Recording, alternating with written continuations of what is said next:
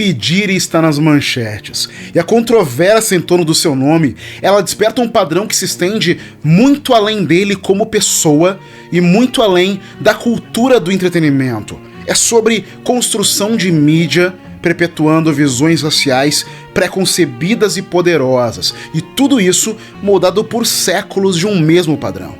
Hoje a gente vai muito além das manchetes e das fofocas aqui. Eu vou explorar como a mídia constrói e destrói figuras negras, transforma pessoas em símbolos e alimenta a percepção do negro como uma ameaça ou um herói passageiro. Fica aqui comigo, pois eu vou te mostrar as raízes históricas, as raízes científicas e também culturais dessa representação, para você não se deixar enganar por tudo que vê ou ouve. Olá, seja muito bem-vindo, meu nome é Lê Garcia. Desde o século XVIII, pseudociências como a frenologia, que consistia em prever características mentais e morais de uma pessoa através da análise do tamanho e da forma do seu crânio, bem como a antropologia racial, promovidas por figuras como o alemão Johann Friedrich Blumenbach, fomentaram uma hierarquia racial, posicionando negros como pessoas menos civilizadas, inferiorizando as suas capacidades intelectuais e morais. Esse viés científico teve um papel crucial na consolidação de estereótipos racistas que impactam a sociedade até hoje. No século XIX, o criminologista italiano Cesare Lombroso deu continuidade a essa ideia com a sua teoria do criminoso nato, buscando comprovar que certos traços físicos, como a cor da pele, indicava uma predisposição para o crime e a violência, frequentemente associando esses traços a quem? Pessoas negras. Esse conceito pseudocientífico, ele reforçou uma visão de que o negro é naturalmente inclinado ao crime e ao desvio moral, alimentando um racismo estrutural que reverbera nas instituições de justiça e de mídia. O Frantz Fanon, no seu livro Pele Negra, Máscaras Brancas, explora esse legado colonial e como a desumanização dos negros foi usada para justificar a exploração, escravização e o controle e a figura de animalidade nos negros. Já o Achille Mbembe, no livro Crítica da Razão Negra, para ele essas visões racistas não só construíram o negro como o outro, mas também como o inimigo necessário para legitimizar a suposta superioridade branca. Como diz Bell Hooks em Olhares Negros, Raça e Representação, a mídia ocidental ela cria uma lente de violência em figuras negras, associando elas a imagens que não controlam, que são impostas sobre elas. Essa desumanização se tornou um alicerce para a percepção social e cultural dos negros, algo que a mídia ainda hoje reflete e reforça, perpetuando o negro como uma figura de ameaça ou exotismo. E o cinema, como grande propagador de ideologias, ele consolidou esses estereótipos em filmes como O Nascimento de uma Nação, filme de 1915 dirigido por D.W. Griffith, que glorificava a escravatura e justificava a segregação racial, perpetuando a imagem dos negros como ameaças à sociedade branca. Isso moldou uma base de representação que persiste em Hollywood e se reflete até mesmo em produções contemporâneas, especialmente em como vemos figuras como P. Diddy e outros rappers. Em muitos casos, a mídia ainda utiliza a imagem do bad boy negro, perpetuando um ciclo de marginalização que afeta a percepção pública e até as trajetórias dessas personalidades. Existe um padrão recorrente na mídia: a construção de figuras negras como heróis e sua subsequente queda como vilões. É o que eu chamo de narrativa da ascensão e queda. Primeiro, eles são exaltados como exemplos de superação, mas quando surgem controvérsias, e elas podem ser mínimas ou gigantescas, como no caso do P. Diddy, a cobertura ela se torna intensamente negativa, transformando essas figuras em símbolos de falhas morais. E símbolo constrói uma narrativa que se estende para toda a comunidade negra. Nesses casos, é muito natural como a mídia amplifica acusações de maneira que não costuma fazer com artistas brancos, criando aí uma narrativa de condenação. A diferença de tratamento ela é evidente, ela é gigantesca. Considere, por exemplo, figuras brancas como Robert Downey Jr., que após problemas legais, problemas com álcool, diversas questões, teve uma reviravolta positiva na sua carreira e transformou sua imagem de uma figura problemática para um herói da Marvel. Ele é tratado como um exemplo de superação, enquanto figuras negras raramente recebem o mesmo arco de redenção. Vide o caso recente, por exemplo, de Jonathan Majors, e isso é só um exemplo. Se houver algum caso de artista negro que obteve a mesma redenção de Robert Downey Jr., que você se lembre, eu vou adorar ler nos comentários. A mídia, ela constrói uma dicotomia onde figuras brancas podem se redimir, enquanto figuras negras carregam estigmas permanentemente. O sociólogo americano W.E.B. Du Bois chamou isso de dupla consciência, na qual o negro precisa ver a si mesmo através dos olhos de uma sociedade que o observa com desconfiança. P. Diddy e outras figuras negras carregam uma carga simbólica que as conecta à representação racial de toda uma comunidade. Cada escândalo, cada polêmica é tratado como uma prova de que a comunidade negra é problemática. E essa dinâmica, ela contrasta com a maneira como figuras brancas são vistas individualmente, como se os negros fossem portadores de uma identidade coletiva única.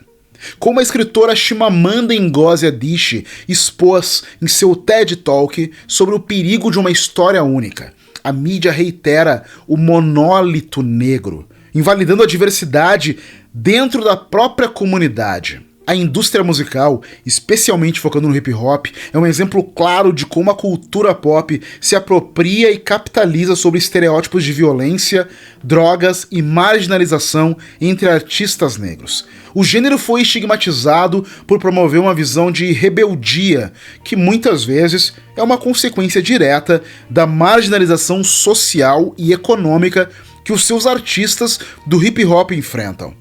A Tricia Rose, no seu livro Barulho de Preto, ela analisa como o hip hop é uma forma de resistência, mas ao mesmo tempo é constantemente criminalizado pela mídia, que reduz ele a um estilo de vida perigoso, perpetuando a ideia de que esses artistas são uma ameaça. Mas enquanto a mídia estigmatiza diversos artistas negros, figuras brancas que adotam elementos do hip hop, e aí eu vou citar o Eminem, o Justin Bieber, muitas vezes recebem uma recepção muito mais positiva, destacando a dupla moral em relação a quem é permitido explorar essa cultura. A Bell Hooks discute essa dinâmica de apropriação no livro E Eu Não Sou Uma Mulher. Ao apropriar-se da cultura negra, segundo ela, a indústria minimiza a complexidade da sua luta, transformando ela em entretenimento despolitizado. A psicologia social traz um conceito interessante chamado efeito de estereótipo, que mostra como os estereótipos afetam as expectativas e as nossas percepções.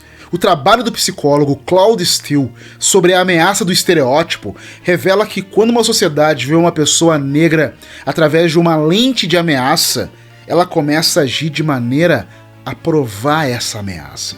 Isso cria um ciclo vicioso e contínuo, onde a percepção e a realidade se confundem. Só que é importante perceber que a mídia ela é um reflexo de um sistema maior. Como político, agrônomo e técnico marxista da Guiné-Bissau, Amílcar Cabral descreve como opressão interna. Ele afirma que a opressão social é mantida por uma narrativa cultural que precisa continuamente retratar o outro como um inimigo.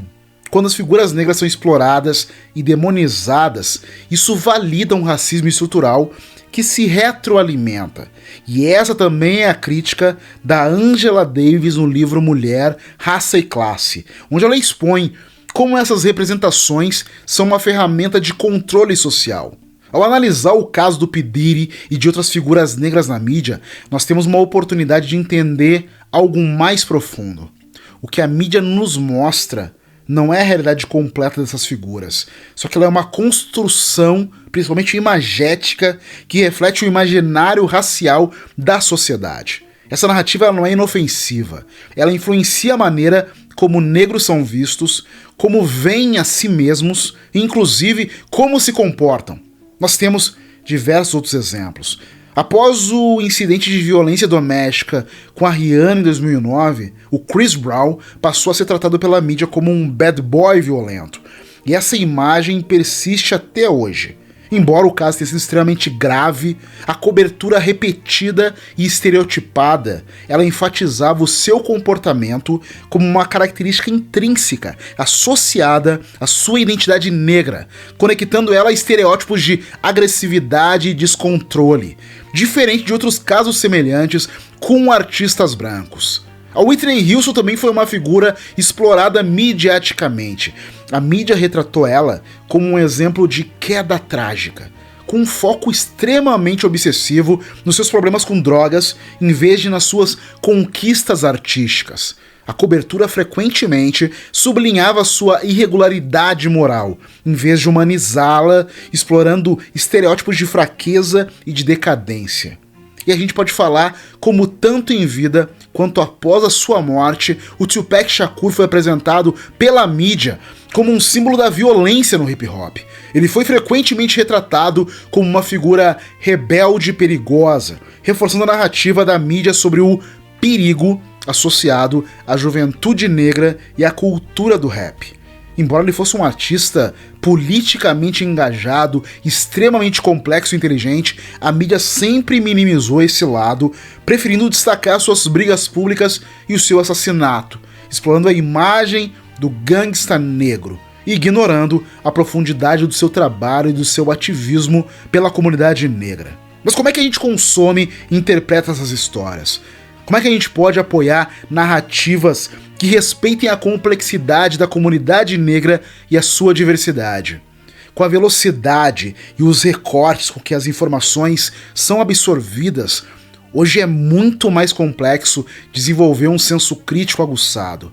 Só que esse é o momento em que isso é ainda mais importante. Como é que nós podemos ser parte da construção de um mundo onde a representação negra não seja baseada em clichês e onde cada figura seja vista em toda a sua humanidade? Eu quero muito saber qual é a sua opinião sobre esse assunto. Eu vou adorar de verdade que a gente consiga estender esse papo nos comentários.